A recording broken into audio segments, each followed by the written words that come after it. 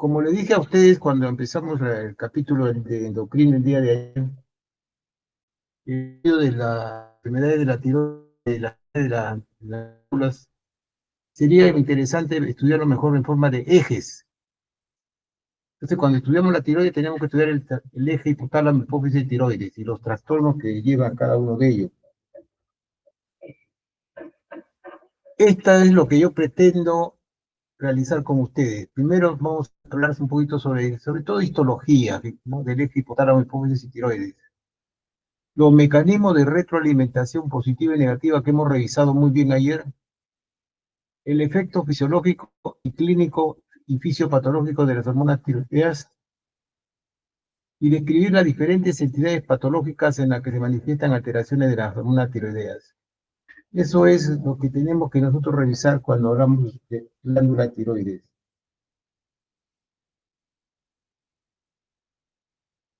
Para este estudio se requiere de procesos implicados, tener en mente cómo es la síntesis, cómo es la secreción, cómo es el transporte y el metabolismo y mecanismo de acción de las hormonas tiroideas. Eso es importantísimo para la semiología. ¿Cómo es la difusión tiroidea? El efecto que tiene la tirotropina, el TSH, sobre las hormonas tiroideas, la liberación de T4 y T3 libre, y esto permite que exista una funcionabilidad de la tiroides, y cualquier defecto a nivel de la producción o elevación de TSH y T3 y T4 ya no va a dar una patología indicada, adecuada, de acuerdo a hipofunción o hiperfunción. En realidad la glándula tiroides, a pesar que es una glándula pequeña, es la que trata de satisfacer las necesidades del organismo produciendo las diarias de hormona tiroidea. Y acá hay un dato interesante, que tienen ustedes que tenerlo de aquí en adelante. Las hormonas tiroideas actúan en casi todos los tejidos del organismo a nivel nuclear. Y para que se produzcan esos efectos fisiológicos, insisto, conocer el proceso de síntesis, el metabolismo, la regulación y la unión de las hormonas tiroideas con su receptor. Esto tiene que hacerse de forma adecuada, ¿no? Es un efecto fisiológico normal. Hemos dicho que es necesario estudiar el eje hipotálamo, hipófisis, tiroidea. Entonces, esto entra dentro de un grupo de estímulos, un sistema fisiológico llamado sistema neuroendocrino, en los cuales intervienen las estructuras del sistema nervioso central y las estructuras glandulares. Hemos revisado que tiene el hipotálamo sobre la hipófisis y el efecto de las hormonas que salen de la hipófisis sobre la glándula tiroides. Nuevamente, posteriormente, una vez que se ha estimulado la parte superior y se estimula la parte inferior a nivel de las glándulas, van a ver ustedes la liberación de las hormonas tiroideas, la tiroidotironina y la tiroxina T4. Esto, lógicamente, respondiendo a la acción liberadora de la TRH en el hipotálamo. Para que se produzca TSH, tiene que haber un estímulo de TRH, cosa que TSH va a producir a nivel de la glándula tiroides la producción de T4 y T3. Estos son conceptos generales sobre el eje hipotálamo pituitario. El mecanismo de retroalimentación o feedback, conversado ayer, el TRH, TSH y las tiroideas. Y acá hay un dato importante. Existen 3 ejes cuya función tiene un complejo neuroendocrino, en los cuales interviene el sistema nervioso y el sistema glandular. Los 3 ejes en los cuales interviene el sistema neuroendocrino es el eje hipotálamo hipofisario adrenal, que vamos a ver después cuando hablemos de glándula suprarrenal, el eje hipotálamo hipofisario gonadal, cuando hablemos de las gonadas masculinas y femeninas, y el eje hipotálamo tiroideo, que se encarga de la producción de las hormonas tiroideas. Estas 3 vías son regidas o son dirigidas por un sistema neuroendocrino. Eso hay que tenerlo presente. Los 3 ejes que tienen el sistema neuroendocrino, el hipotálamo hipofisario adrenal, el hipotálamo hipofisario gonadal y el hipotálamo hipofisario tiroideo. Eso es bueno que ustedes lo tengan presente. La hipófisis secreta la tirotropina, hormona estimulante de la tiroides, para estimular la producción de tiroxina T4 y en menor grado de la triiodotironina. Y acá hay una pregunta que siempre se hace. En la glándula tiroides se sintetiza o se sintetiza, gracias al estímulo de TSH, una mayor cantidad de tiroxina. Y la cantidad de síntesis de T3 o tiroidotironina es mucho menor. O sea, en la glándula se sintetiza una mayor cantidad de tiroxina que triiodotironina. Y la triiodotironina, la mayor parte se produce a nivel periférico, a nivel del hígado, tejido adiposo, las vías, músculo esquelético, por una acción de deyodidación de la T4 circulante. Se quiere decir que se forma mucha hormona T4 a nivel de la glándula tiroides, pero al salir al torrente sanguíneo y al pasar por estos órganos, existen unas enzimas específicas que desdobla o convierte el T4 en T3 específica, que es la hormona biológicamente activa. Hay que tener presente que entre la T4 y la T3, la hormona biológicamente activa es la T3. Ahora, este mecanismo de iodización o quitar un yodo de la T4 para convertir en T3 está controlada por un sistema hormonal y señales nerviosas, en los cuales están incluidos el TSH, la vasopresina y las catecolaminas. O sea, el concepto de esta diapositiva es que la mayor cantidad de T4 se forma a nivel de la glándula y se forma a nivel periférico, que viene a ser la hormona biológicamente activa, es la que va a unirse a los receptores. La TSH, que viene de la glándula hipófisis, también está controlada por una hormona que es la hormona liberadora de tirotropina, el TRH, o también llamada la tiroliberina, en la parte más superior. Y si tenemos una cantidad importante de T4 y T3 plasmático, eso va a detener o va a disminuir o suprimir la producción de TSH, para que ya no se produzca más T4 libre o T3 y T4. Esta retroalimentación está controlada no solamente por el TSH, por una serie de mecanismos, los cuales están incluidos las proteínas plasmáticas. Entonces,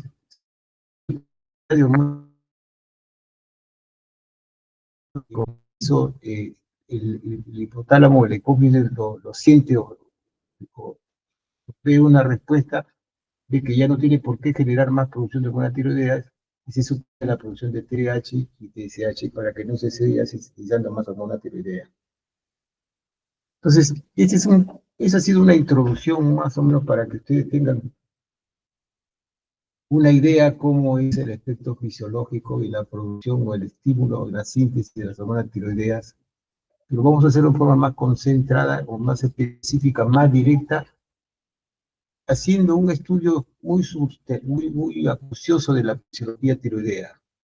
Y acá hay 4 conceptos importantísimos que son fundamentales. Uno, las tiroideas son sintetizadas en células sinar y almacenadas en el coloide. Eso es importante. Las hormonas tiroideas son sintetizadas en las células sinar y almacenadas en el coloide.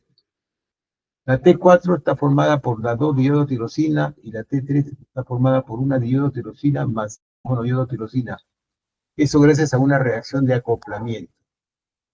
El yoduro está en concentraciones mucho mayor en las células o en las células moleculares en el tiroides que en el plasma. Una relación de 30/1. Y la T4 es metabolizada a T3 mediante las 5 por las tritonidasas. Tiene que haber estas enzimas para que se conviertan el T4 a T3 y el T3 a T2. Entonces, estos 4 conceptos son básicos, importantes para hablar de fisiología tiroidea, que nos patología y se ustedes, estas son la estructura química de las hormonas tiroideas. La diferencia de la tiroxina de la triiodotironina es que la tiroxina tiene 4 elementos de yodo dentro de su estructura, mientras que la triiodotironina solamente tiene 3. Pero de estas dos, la hormona biológicamente activa es la triiodotironina. Entonces, para que haga su acción en la hormona tiroidea, tiene que convertirse la tiroxina T4 en triiodotironina. Las hormonas tiroideas se sintetizan fuera de las células. Si nosotros hacemos un corte, sacamos una estructura, un corte histológico de la glándula tiroides, vamos a encontrar las células foliculares, acá las células foliculares, que forman una estructura interna como de almacenamiento, donde se va a depositar, que incluyen en la síntesis de las hormonas tiroideas. Entonces, la síntesis de hormona tiroidea requiere de un buen aporte de yodo y de una proteína que tiene su estructura principal en la tirosina, que es la tiroglobulina. O sea, dos elementos fundamentales son importantes para la síntesis de la hormona tiroidea: el yodo y la tiroglobulina. El yodo se transforma a través de la célula folicular, es captada a través de la célula folicular en forma de yoduro mediante un costransportador yodo-sodio llamado NIS. En su literatura ustedes van a encontrar NIS, que es el encargado de transportar el yodo de la parte, transportar el yodo a nivel de la membrana vasocelular, para que este yodo sea transportado después al magma, donde están las lagunas de la sustancia coloide.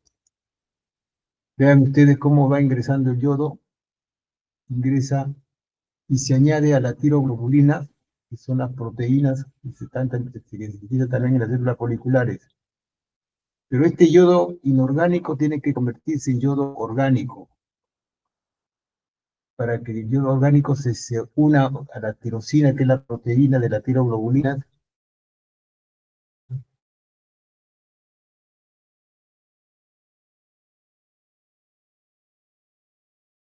Un yodo tirosina da lugar a la tiroxina, y un residuo de otro yodo tirosina con otro yodo tirosina de la tironina.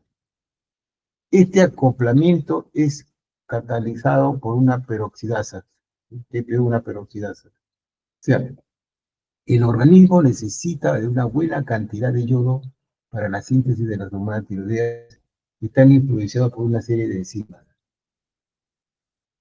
Una vez que se ha sintetizado, se han formado estas estructuras, en este caso vemos una tiroxina unida a las proteínas. El complejo de proteínas con la hormona que se produce,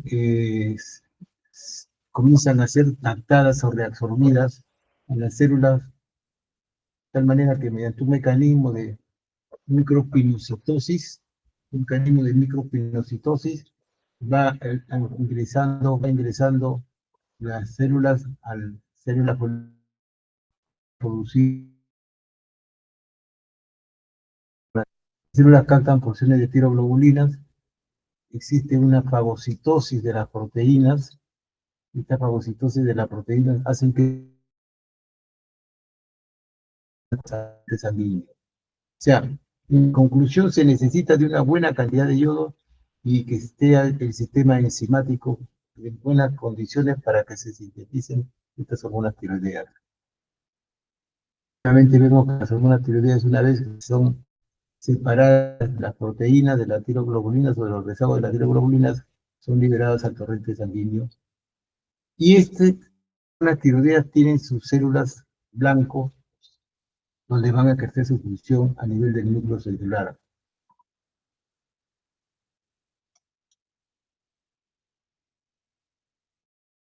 Tiroideas.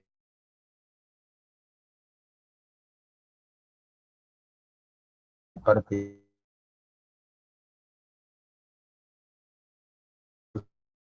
una tiroides es la actividad de la bomba de sodio-potasio.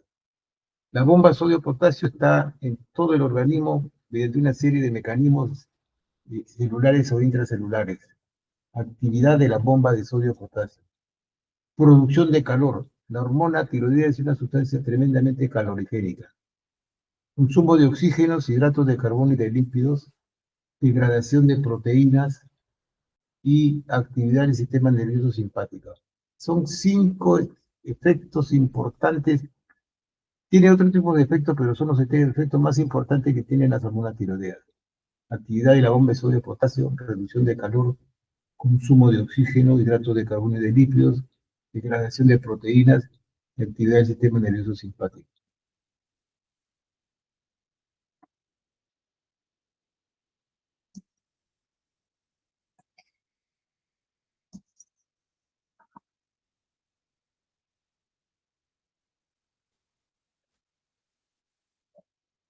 Para sintetizar o para ya tener presente cómo funciona el eje hipotálamo hipófisis tiroideos, este esquema nos habla sobre la síntesis de las hormonas tiroideas y su control por el hipotálamo a través de la hipófisis.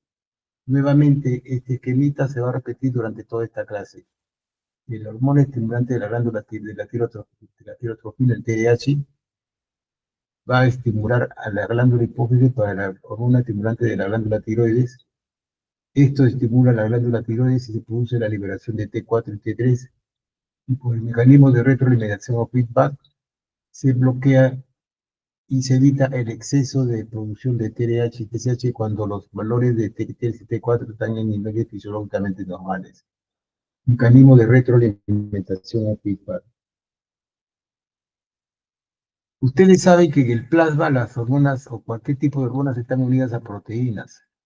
La finalidad de que existan los transportadores de hormonas, en este caso de las hormonas tiroideas, es para evitar la degradación o el metabolismo o la desaparición de las hormonas tiroideas. De tal manera que el organismo libera de forma libre la hormona tiroideas de acuerdo a los requerimientos que necesita, llámese mecanismo de acción calorigénica, por ejemplo. Entonces, el organismo libera de la proteína transportadora las hormonas necesarias para mantener un estado, una homeostasis. Si queremos hacerlo eso en un estudio para ver cómo es la reacción calorigénica frente a la liberación de la hormona tiroidea, fíjense ustedes, cuando hay mayor cantidad de hormona tiroidea libre, periférica, que está haciendo su acción, se ve que existe una elevación de la temperatura o efecto calorigénico porque existe una cantidad importante de hormona tiroidea. Si se comienzan a captar o se unen la mayor cantidad de hormonas tiroideas a las proteínas, va a disminuir la cantidad de hormonas tiroideas a nivel periféricos y la reacción calorigénica va a ser, también va a disminuir. Esto es de acuerdo a la cantidad de hormona tiroidea libre en el organismo. Nuevamente, si existe ya casi nada de hormona tiroidea libre, vamos a tener un efecto calorigénico negativo. O sea, no va a haber un efecto calorigénico porque no existe ningún tipo de hormona tiroidea libre que pueda producir tal efecto. Entonces, esto es medible para ver la capacidad que tienen las proteínas de transportar las hormonas y liberarlas de acuerdo a la necesidad fisiológica. Nuevamente se liberan unas cuantas hormonas y se vuelve a regularizar el efecto calorigénico de estas hormonas. Efectos calorigénicos de tal manera que llegamos a una conclusión que uno de los efectos importantes para la liberación o estímulo de la hormona tiroidea es el frío.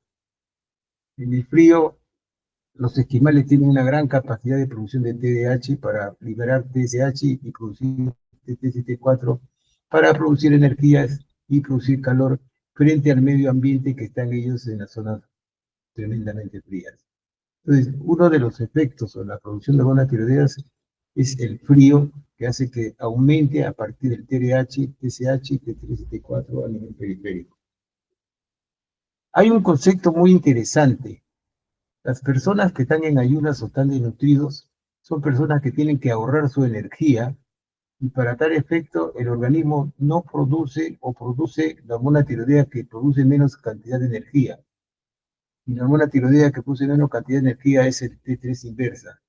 Si ustedes hacen un estudio en un grupo de pacientes que están en ayuno, están desnutridos, van a ver que T4 y T3 activa están bajos porque no quieren gastar, tienen que ahorrar la poca energía que tiene su organismo y en tal sentido producen cantidades bajas de T3 inversa que la hormona tiroidea que tiene poca cantidad de energía. Hay estudios interesantes que demuestran este efecto que tiene el organismo en su afán de ahorrar en personas en ayuno de nutridos para la liberación de hormona tiroidea. ¿Ok? ¿Alguna pregunta hasta ahí? Para entrar ya a la parte, a la carnecita de esta clase. Bueno, síndrome de hipotiroidismo. De aquí en adelante ustedes ya van a deleitarse con patología endocrinológica. La disminución patológica de las hormonas tiroideas se denomina hipotiroidismo. Estoy tratando de hacer la clase bien práctica, bien concisa, para que no tengan problemas ustedes durante su interpretación cuando vean a un tipo de paciente en la sala de común. Cuando uno habla de hipofunción tiroidea, tiene que hablar de hipotiroidismo primario e hipotiroidismo secundario. Esta clasificación de hipotiroidismo primario y hipotiroidismo secundario es de acuerdo a la zona donde se está produciendo el déficit de la producción de hormona tiroidea. Cuando hablamos de hipotiroidismo primario es porque la lesión o el déficit está a nivel de la glándula tiroidea propiamente dicha, primaria. ¿Y cuáles son las causas que producen hipotiroidismo primario con mucha frecuencia? Las tiroiditis agudas, las tiroiditis infecciosas y las tiroiditis traumáticas. Cualquier proceso inflamatorio puede producir hipotiroidismo primario. Existe una tiroiditis subaguda que es la que se presenta con mayor frecuencia. Es una tiroiditis que se presenta en época de invierno, pero estas tiroiditis subagudas son inflamatorias, son un poquito, tienen un tiempo de duración más que las tiroiditis agudas. La radioterapia, aquellos pacientes que han recibido radiación a nivel de la glándula tiroides puede desencadenar un cuadro de hipotiroidismo, puede disminuir la funcionalidad de la glándula tiroides. Aquellos pacientes que han sido operados de una cirugía en el cuello por una glándula tiroides postquirúrgica.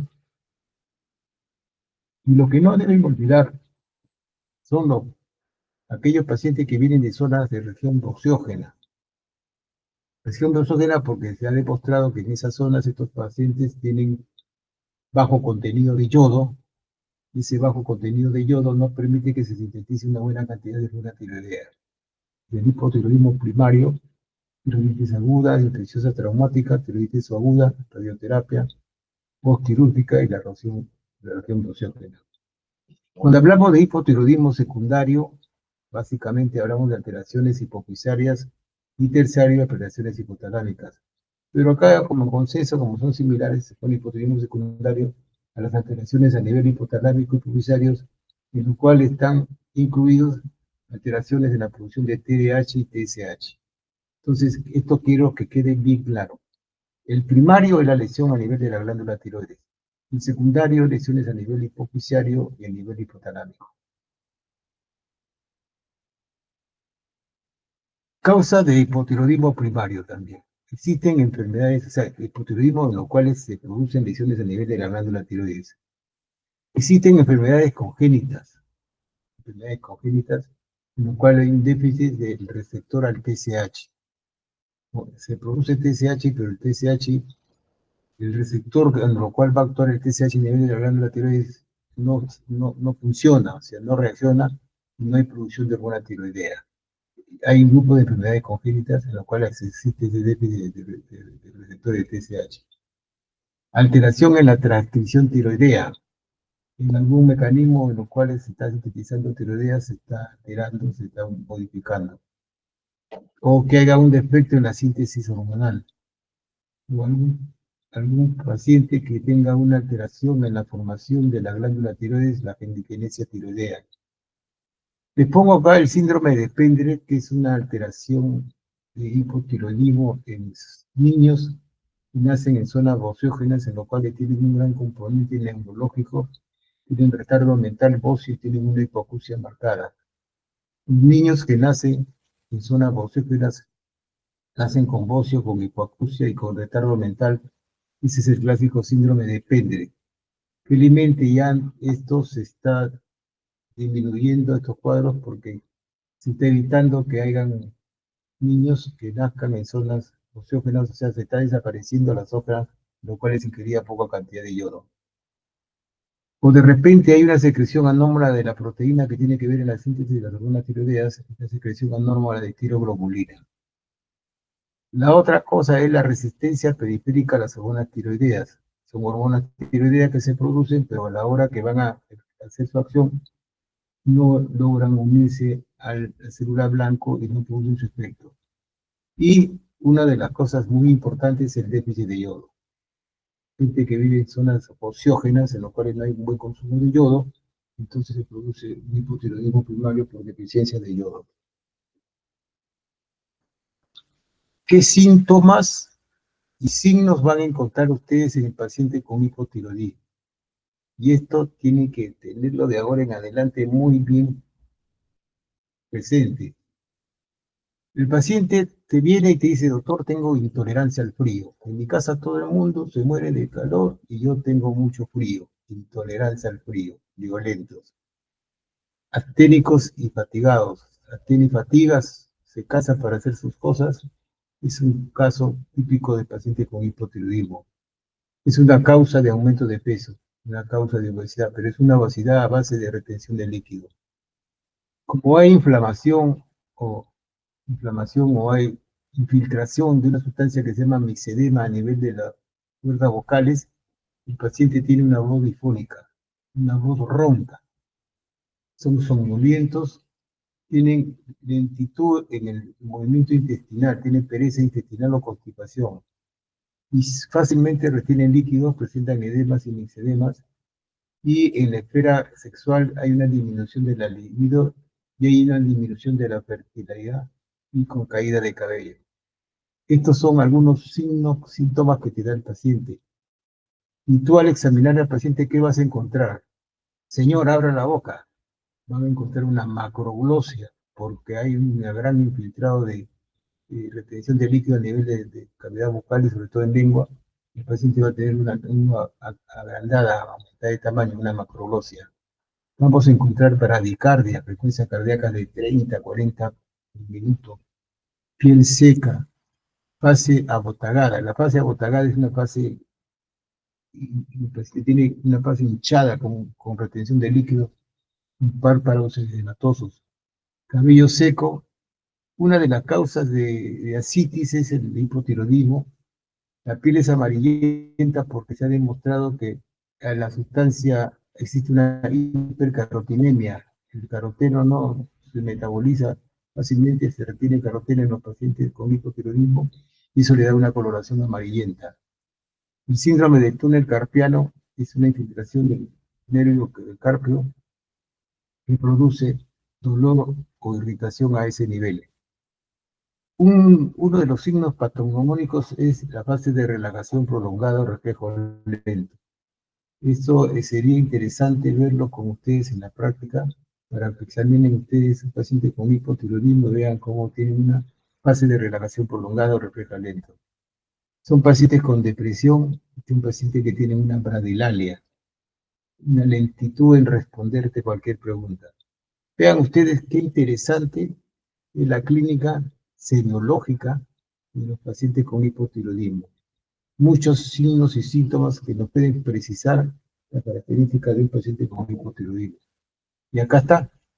Vean ustedes, estos pacientes tienen la cara hinchada, tienen lentitud mental, apatía y cansancio, la voz áspera, como hemos dicho, bocio o crecimiento de la glándula tiroides. Todo crecimiento de la glándula tiroides se llama bocio, así sea un nodulito.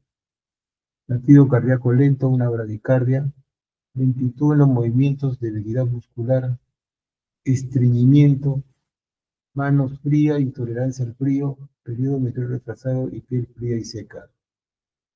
Blanco, migado y en taza. Ven ustedes, un paciente con hipotiroidismo no se van a olvidar jamás, porque tienen bastantes características semiológicas propias de estos pacientes con hipotiroidismo. Esta es una diapositiva que les traje porque el paciente con hipotiroidismo también tiene cierto efecto en el crecimiento longitudinal. El crecimiento longitudinal. Pero hay que ver que existen dos tipos de pacientes en los cuales hay un retraso en el crecimiento y en el desarrollo mental. En el paciente con hipotiroidismo hay retraso en el crecimiento, pero también hay retraso en el desarrollo mental, problemas neurológicos. Eso se llama cretinismo. En cambio, el enanito, por problema hipofisario o por déficit de hormona de crecimiento, solamente hay falta de hormona de crecimiento, pero no tiene problema neurológico. Esa es la gran diferencia en que el desarrollo mental está retrasado en el paciente con hipotiroidismo por retraso mental por hipotiroidismo, más no en el paciente con retraso del crecimiento por deficiencia de hormona de crecimiento. Eso hay que tener mucho presente.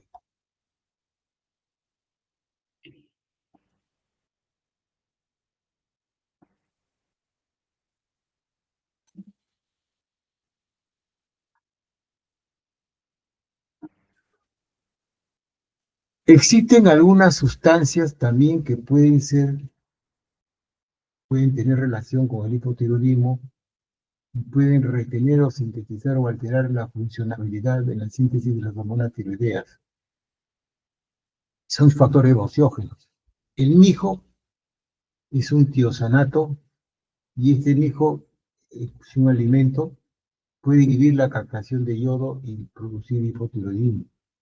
La mandioca también en grandes cantidades producen estas sustancias que son tiosanatos, inhibe el transporte de yodo.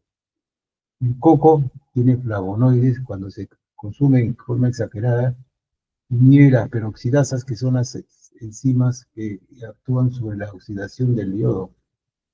El agua, que tiene buena cantidad de disulfuras, inhibe la planificación del yodo. Se ha demostrado que la soya, pero no se pone, en realidad la soya se ha demostrado que existe una pérdida fecal de T4 en aquellos que consumen soya en cantidades abundantes. No se sabe el mecanismo todavía, así se acierta. Las algas marinas en exceso producen exceso de yodo y esto bloquea la liberación de T4 tiroxina. Y en la desnutrición, el déficit de vitamina A altera la síntesis de la tiroglobulina. O sea, estas son dentro de los efectos o de las características o los elementos que producen hipotiroidismo. No hay que olvidarse que existen factores vociógenos, fuentes de alimentos que pueden bloquear en alguna parte de la síntesis de las hormonas tiroideas y producir bocio con hipotiroidismo.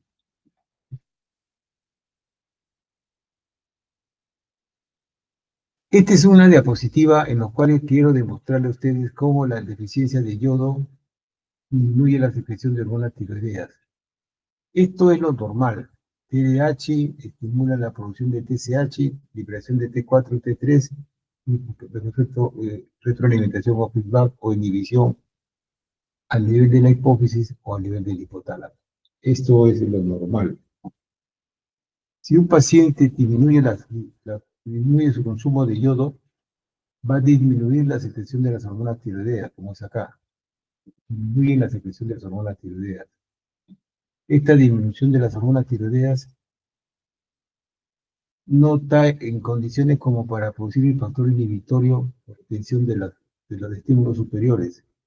Se despierta los estímulos, se desinhiben los estímulos superiores y se aumenta la síntesis de TRH, concomitantemente la síntesis de TSH, y esto hace que la glándula tiroides eleve su producción de hormona tiroidea a expensas del poco yodo que está consumiendo. Se llega a producir a expensas del crecimiento de la glándula tiroides y la producción de hormona tiroidea, da la apariencia que fuera un mecanismo compensatorio para la liberación de una cantidad importante fisiológicamente normal de hormona tiroidea. Pero ese estímulo compensatorio da lugar a que estos pacientes, por el efecto del TSH que está en cantidades muy elevadas, hacen que crezca la glándula tiroides y se produzca un óxido. Entonces, el aumento de la TSH provoca el crecimiento de la glándula tiroides y es el causante del óxido. Entonces, además hay, no se logra formar la cantidad fisiológica normal, lógicamente que aparte del óxido, el paciente va a tener cuadros de hipotiroidismo. Entonces, la conclusión es cuando hay deficiencia de yodo, inicialmente podría verse un bocio compensatorio, pero si no se logra producir una buena cantidad de hormonas, se produce el bocio más el hipotiroidismo porque se produce pequeñas cantidades de hormonas tiroideas.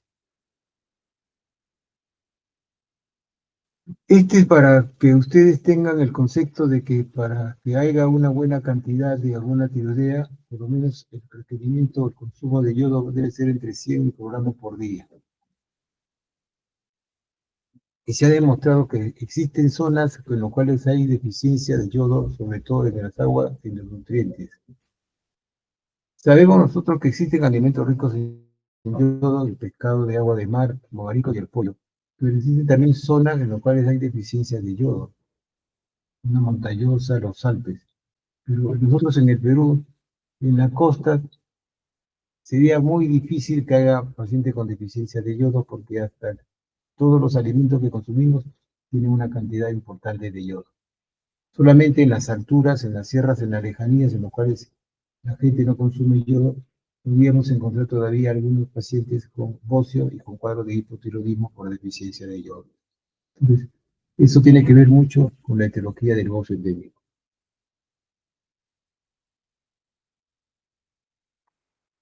Aparte del hipotiroidismo que hemos hablado, existe hoy en día ya estudios del hipotiroidismo subclínico. El hipotiroidismo subclínico es más que todo es un diagnóstico de laboratorio. El paciente puede tener unos síntomas muy sutiles de hipotiroidismo, pero cuando le hace un examen de laboratorio va a encontrar un T4 normal con un TSH aumentada. Y este TSH aumentado es el que nos hace pensar en que posiblemente este paciente tiene un hipotiroidismo subclínico. T4 normal con TSH aumentada, hay que descartar la posibilidad de un hipotiroidismo subclínico. ¿Alguna pregunta sobre hipotiroidismo?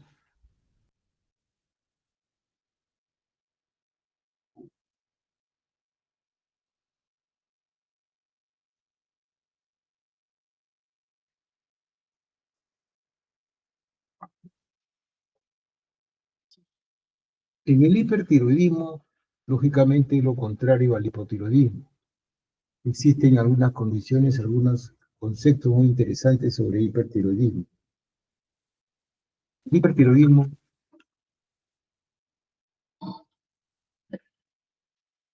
siempre se asocia con aumento de captación de radioyodo por parte del tejido tiroideo. Pero acá tienen que tener ustedes un concepto importante y este concepto es el siguiente. El concepto de hiperfunción tiroidea. No es lo mismo hipertiroidismo que tirotoxicosis. Hipotiroidismo es un trastorno caracterizado por la hiperfunción de la glándula tiroidea. La glándula tiroidea hiperfunciona. Y tirotoxicosis son las manifestaciones clínicas y bioquímicas del exceso de la hormona a nivel tisular, independientemente de su etiología. Hipertiroidismo, el problema de la glándula tiroides, es un trastorno de hiperfunción. Y tirotoxicosis son las manifestaciones por la elevación de las hormonas tiroides independientes de su etiología. Ese concepto tienen que tener ustedes presente. Pero la mayoría de los pacientes tienen hipertiroidismo por tirotoxicosis por hipertiroidismo. Pero el concepto de esto vale la pena tenerlo presente. Tirotoxicosis con hipertiroidismo, o sea, los pacientes que tienen hipertiroidismo, hiperfunción de la glándula tiroides con tirotoxicosis. A la cabeza, la primera causa de hipertiroidismo con tirotoxicosis es la enfermedad de Graves-Bacillus. La enfermedad de Graves-Bacillus es una enfermedad de tipo inmunológico. Es una enfermedad que tiene anticuerpos antireceptores del TSH. Esos receptores que van a estimular la glándula tiroides compiten el TSH con unas sustancias inmunológicas que hiperestimulan la glándula tiroides. Esa es la enfermedad de Graves-Bacillus, es una enfermedad inmunológica que tiene producción de anticuerpos contra el receptor del TSH. El bocio nodular tóxico es una enfermedad en la cual existe una zona de la glándula tiroides que en forma autonómica está hiperfuncionando. Bocio nodular tóxico, autonomía folicular. Bocio multinodular tóxico también son varios bocios, varios nódulos que tienen autonomía y están hiperfuncionando. El cachitoxicosis es una entidad en la cual existe el Graves con tiroiditis de Hashimoto. Es una enfermedad también de tipo inmunológico. El yodo ácido, yo tengo un paciente que tiene una zona autonómica hiperfuncionante y recibe yodo, voy a potenciar el efecto de la producción de hormona tiroidea porque esa zona que estaba estimulada se va a cargar más de yodo y va a producir más hormona tiroidea. Eso es lo que se llama el yod básico. Existen algunas otras entidades como la hiperemesis gravídica, que es la unión de la gonadotrofina colónica al receptor de TSH.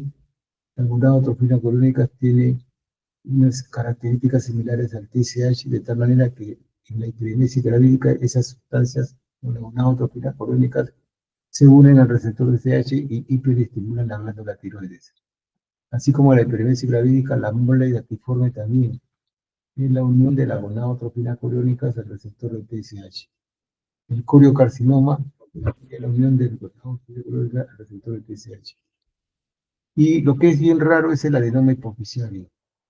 El adenoma hipoficiario son aquellos que tienen tumores que producen TSH y producen un estímulo permanente de la glándula tiroides con la producción elevada de hormona tiroidea. Se llama adenoma hipoficiario. Estos son los casos más interesantes, más frecuentes de tirotoxicosis con hipertiroidismo.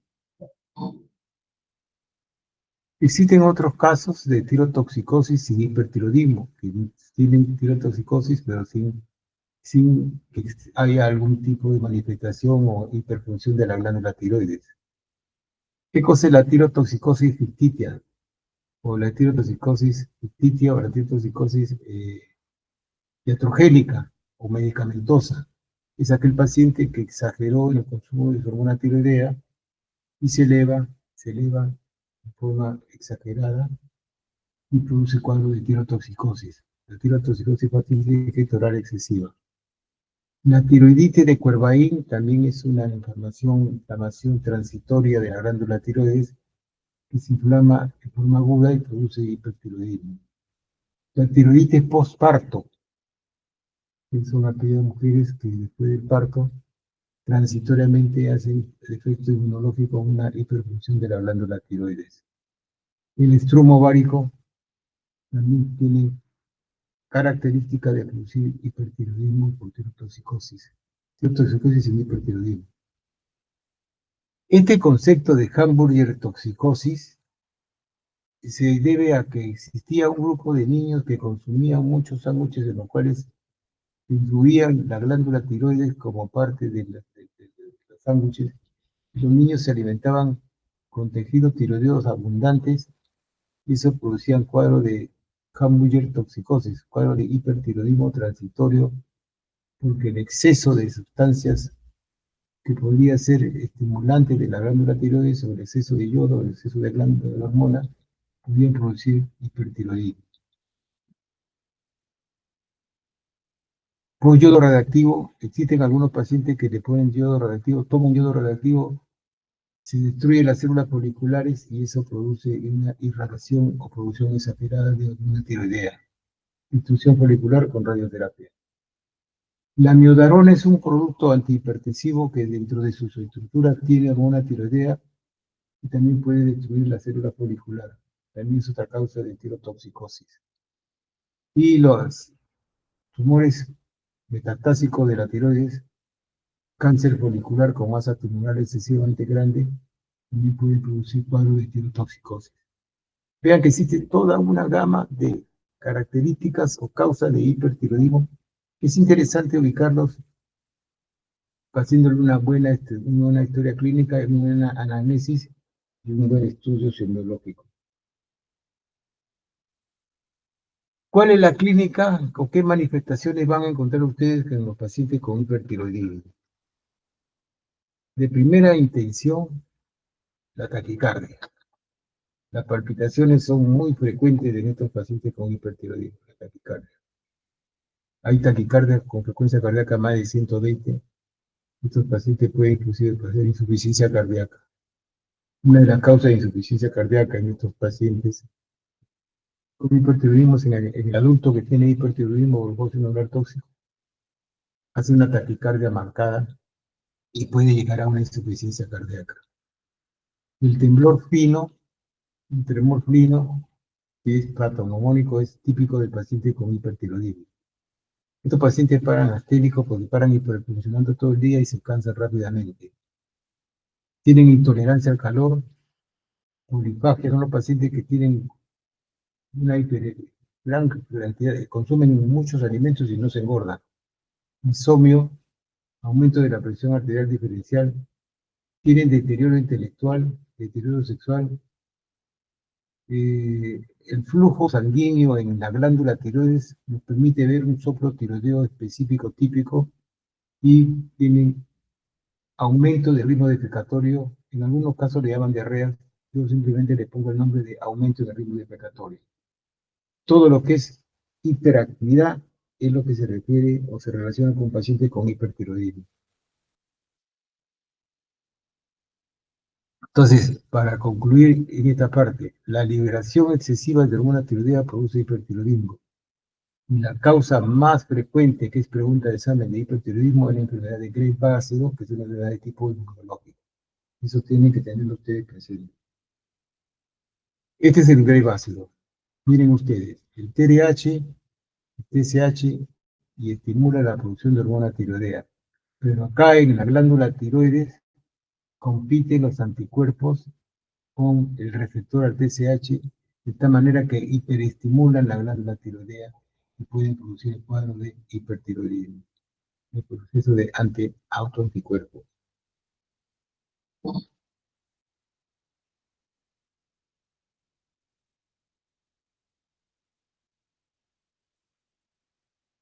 Vean ustedes cómo impera la producción de anticuerpos, de tal manera que declina la producción de TSH normal, natural, pero el efecto es la gran producción de hormona tiroidea que se produce en este tipo de pacientes.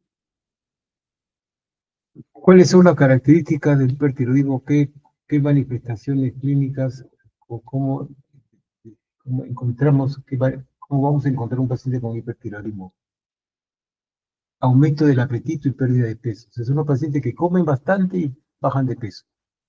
Intolerancia al calor, inquietud y nerviosismo, fatiga y debilidad muscular, arritmias cardíacas y exoftalmos o protrusión de los ojos.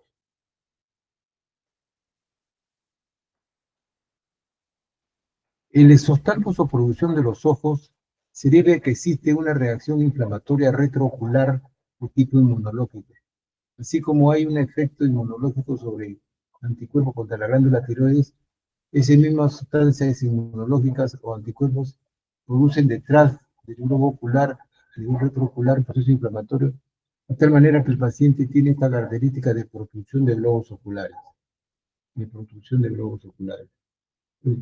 No olvidarse, efecto del hipertiroidismo, hiperorexia y pérdida de peso, intolerancia al calor, inquietud y nerviosismo, fatiga y debilidad muscular, arritmias cardíacas y el exotalmos o protrusión de los ojos, que son específicos, típicos del paciente con hipertiroidismo, en este caso con el paciente de enfermedad de Graves-Básedo.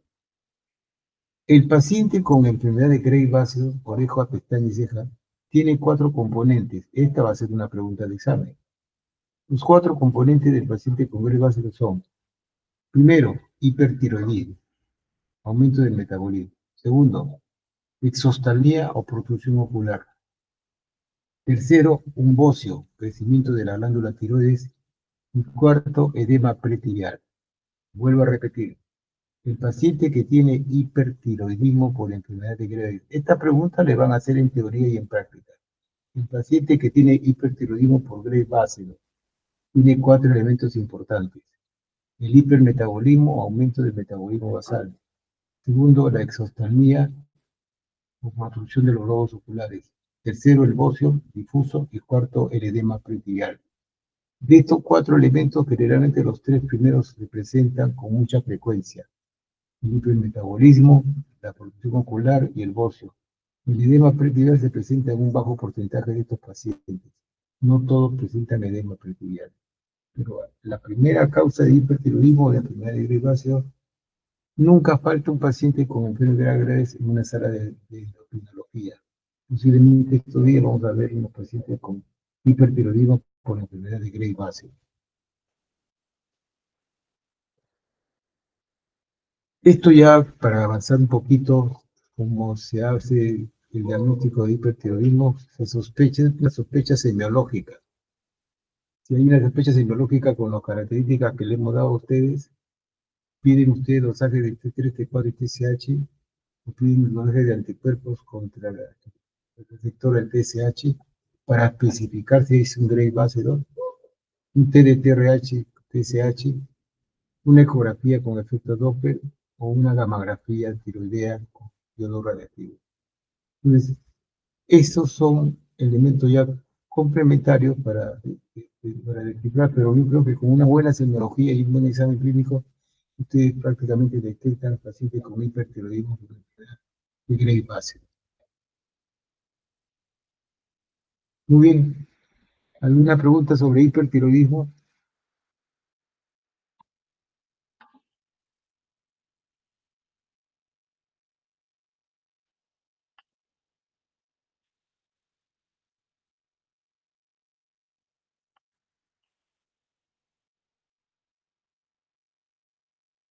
Delegado, mañana tienen clase ustedes de semiología con el doctor Godoy. Ah, sí, doctor. Mañana, ¿qué clase tienen? A ver, déjeme consultar en el syllabus. No, te pregunto, el miércoles, ¿quién dicta? Me parece que ustedes se han intercalado. Un día va a dictar Godoy y el otro día Porque usted. el miércoles me han programado un caso clínico. Ajá, de 12 a... Bueno, de 1 a 2 en este caso. ¿Podría ser el caso clínico temprano de 8 a 10? Sí, usted dicta la teoría, sí, normal. No, no, me refiero que el miércoles me han programado un caso clínico. Ujú. ¿Podría dictarte el caso clínico el miércoles de temprano a primera hora? Es que tenemos clase de lunes a jueves, primera hora, teoría. Ya, entonces el miércoles, ¿quién dicta teoría? El doctor Godoy. Mm, Me parece que sí. Porque yo dicto el jueves. Sí, entonces el doctor Godoy dicta. Ah, Pero bueno, si no puede, lo podemos hacer virtual por la noche también. ya, claro, puede ser. Ahí lo ponemos de acuerdo, pues. Porque el jueves sí, Claro. el jueves no me vayan a fallar, porque esta clase le debo dictar de temprano en la mañana. El Ujú. jueves creo que le dicto diabetes, ¿no? Le toca diabetes el jueves. Ya, Sí. bueno, vamos a continuar con nódulos tiroideos. En la mañana yo inclusive había separado dos pacientes que iban a ir al aula con nódulos tiroideos. Me han dejado mal ustedes, ¿ah? Los nódulos tiroideos son deformidades frecuentes de la tiroides que cuidadosamente, en algunos casos son solamente hallazgos. De repente el médico está examinando a su paciente y examina la región cervical y encuentra nódulos sin necesidad de haber tenido algún síntoma previo. Entonces, esto generalmente se encuentra en un examen físico cuidadoso a la inspección y la palpación. Cuando son menos de 1 centímetro, son difíciles de palpar, difíciles de descubrir, ¿no? Y eso a veces nos lleva a que se nos pase desapercibido a algunos pacientes con nódulos tiroideos. Generalmente son hallazgos cuando el paciente es sometido a un tipo de estudio, de repente una ecografía para ver parte blanda del cuello, y entonces se encuentra que en la tiroides un nódulo tiroideo como hallazgo, ¿sí? Como hallazgo.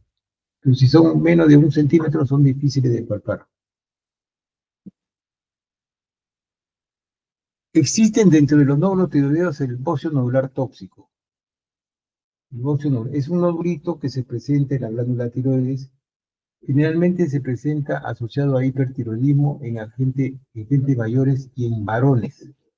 Es el típico paciente ancianito que viene con taquicardia frecuente y nadie se da cuenta de que tiene un bocio nodular tóxico que le está produciendo la taquicardia de forma intercurrente.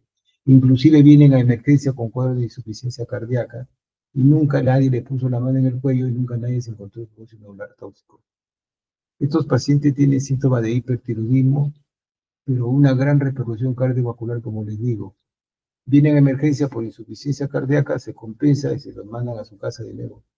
Y a los 3 días sigue regresando hasta que un estudiante de medicina de San Marcos lo examina el cuello y le encuentra el nódulo, que es un bocio nodular tóxico hiperfuncionante que le está provocando taquicardia en cuadro de insuficiencia cardíaca.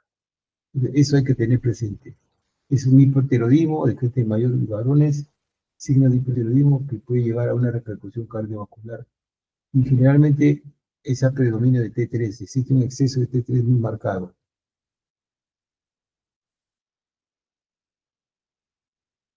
Existe una relación de que la mayoría de estos pacientes ancianitos que tienen su bocio anular tóxico son de altura, porque cuando han venido de la altura vienen con unas zonas de su glándula ya predispuestas a ser hiperfuncionantes. Estaban hiperfuncionantes en la altura porque captaban poco yodo, y al venir acá a la costa, esa zona hiperfuncionante capta más yodo, y ahí se forman los bocios anular tóxicos en la persona de la tercera edad. Entonces, tener presente bocio nodular tóxico o enfermedad de Plummer o Plummer, como ustedes quieran llamarlo.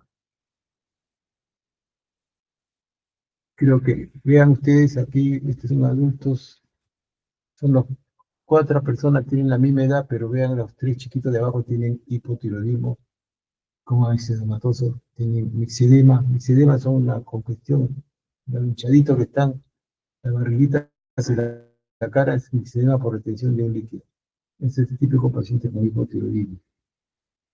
Y este es otro paciente que tiene ya un hipotiroidismo, ya una enfermedad de Pendrek, con un trastorno neurológico muy serio, con complicaciones neurológicas que lo llevan a una debilidad muscular, sordera, retraso mental. Este es típico de un paciente que nació en una zona endémica por deficiencia de yodo. Creo que hoy día vamos a terminar temprano.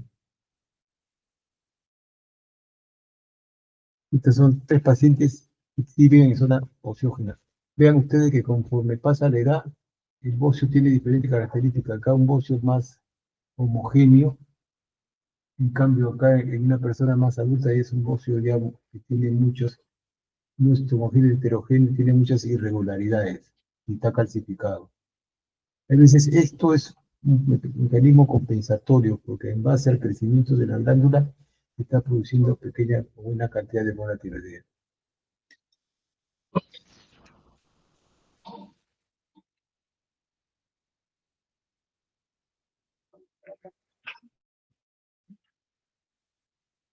Este es el laboratorio de los cuales nosotros nos apoyamos cuando queremos ya complementar nuestros estudios. Es un laboratorio tiroideo mínimo que tienen que utilizarse para descartar enfermedades tiroideas. TSH, acá hay nada extraño, T4 libre, T4, T3, T3 libre. Los anticuerpos antiperoxidasas y antitiroglobulinas para descartar el proceso inmunológico a nivel de la glándula tiroides. La tiroglobulina, que es la hormona o es la proteína que se sintetiza a nivel de las células foliculares, que también se tiene que medir cuando uno estudia un laboratorio de función tiroidea. El TSH, yo, para que ustedes ya vayan teniendo conocimiento, es el método auxiliar por excelencia que nos ayuda a detectar casos típicos de hipo o hiperfunción. En la primera generación medían hasta 1 o 2 microunidades. En la segunda generación 0.1, 0.10, ahora se mide en la tercera generación de 0.01, 0.02. O sea, se puede detectar casos subclínicos de hipofunción o hiperfunción de la glándula tiroides viendo en este examen de laboratorio TSH, que no es nada extraño cuando hemos revisado el eje hipotálamo hipófisis tiroideo. Y aquí quiero preguntar, a ver si están despiertos. T4 normal con TSH alta, ¿qué tipo de hipotiroidismo es? O hipertiroidismo.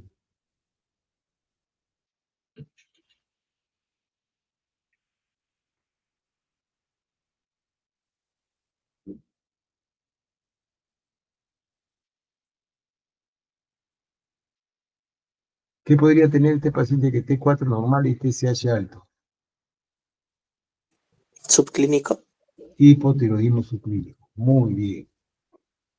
El T4 bajo con TSH bajo.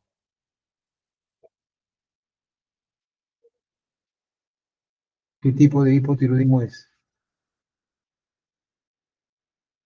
Primario. No. T4 bajo con TSH baja. Los dos están bajos. Secundario, doctor. Secundario, porque viene la parte de arriba, el TSH no está funcionando, no está estimulando el T4. Es un secundario. El número 3, el TSH alto con un T4 bajo.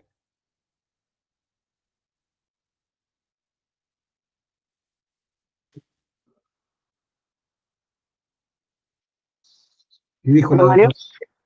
¿Cómo? Primaria, ese sí es primario. Primario, doctor. Ese es el primario, ¿ya? Ese es el primario. El TSH alto con un T4 bajo, ese es el hipotiroidismo primario. Número 4, el T4 alta con TSH alta.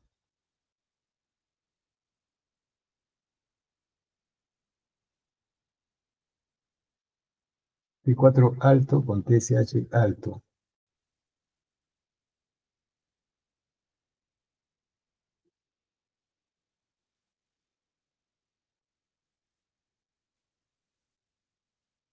¿Quién se avienta?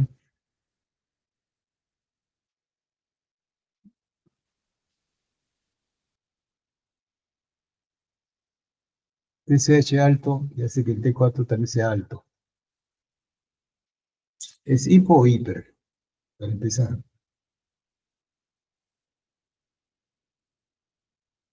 ¿Es hipotiroidismo o hipertiroidismo?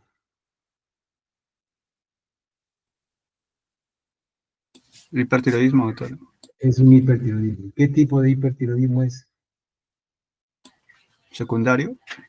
Secundario. ¿Por qué el tipo por qué secundario?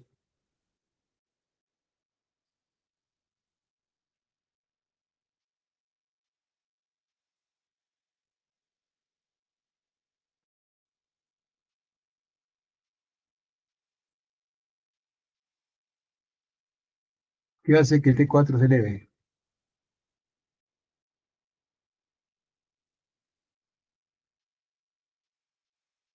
¿Quién estimula el T4? ¿De dónde sale el T4?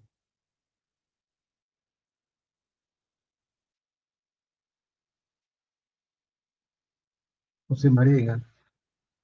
T4 alto está estimulado por el TSH, ¿no es cierto? Es un hipertiroidismo.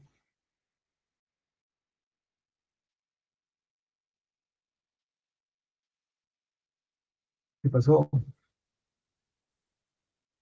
Sin miedo.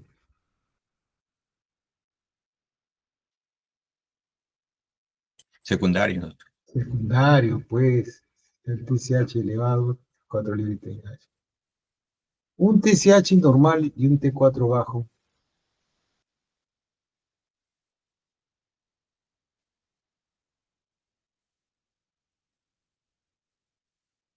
Ahí empiezan los problemas, ¿no?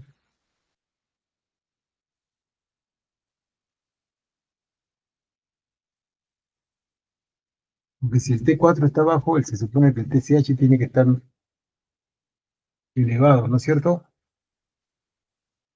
¿Estamos? Pero ahí es el TSH normal y T4 bajo.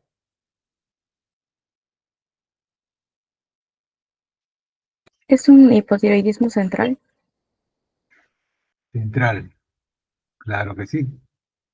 Puede ser un hipotiroidismo central. ¿Y por qué central? Mm, Porque la hipófisis aquí no está respondiendo por cuando hay aumento de TSH. Ya no está respondiendo. Claro. Está bien. Muy bien. Número 6. T4 alto con TSH normal.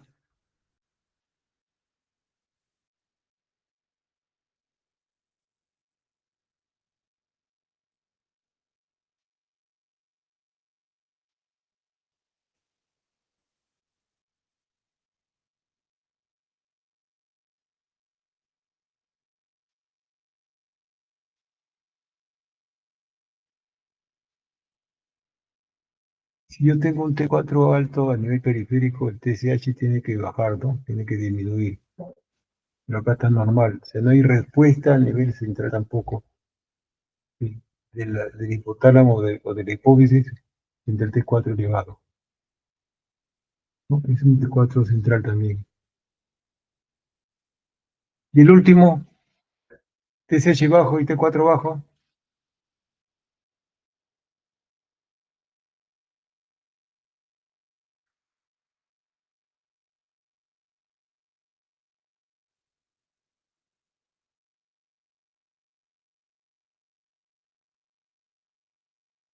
Es lo mismo que el 2, pues.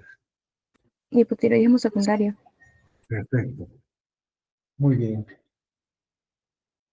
Así vamos a tener que emplear, pero la parte más importante en este tiroides es examinar al paciente, interrogarlo, tener un poco de paciencia, examinar el aparato cardíaco, un examen minucioso, respiratorio, cardiovascular, frecuencia cardíaca, pulso, presión, índice de masa corporal, un estudio minucioso para determinar una patología tiroidea. La patología tiroidea es muy interesante, es un campo muy amplio para investigar, todavía hay muchas cosas que te han quedado en el tintero.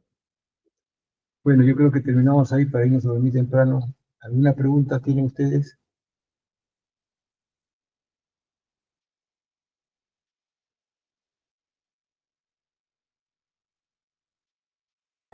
Gracias, Doc. Ya, muy bien. Entonces, conmigo es el día miércoles. Me toca un caso clínico, pero o podemos hacer el caso clínico el día jueves que me toca, ajá, claro.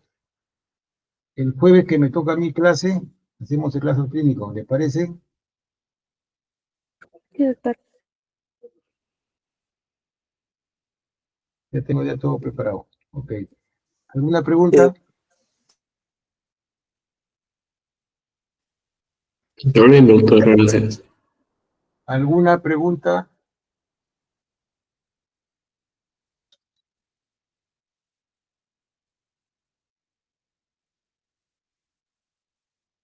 Bueno, sería hasta conmigo, hasta la próxima. Buenas noches, que descansen. Gracias, doctor. Buenas noches. Buenas noches.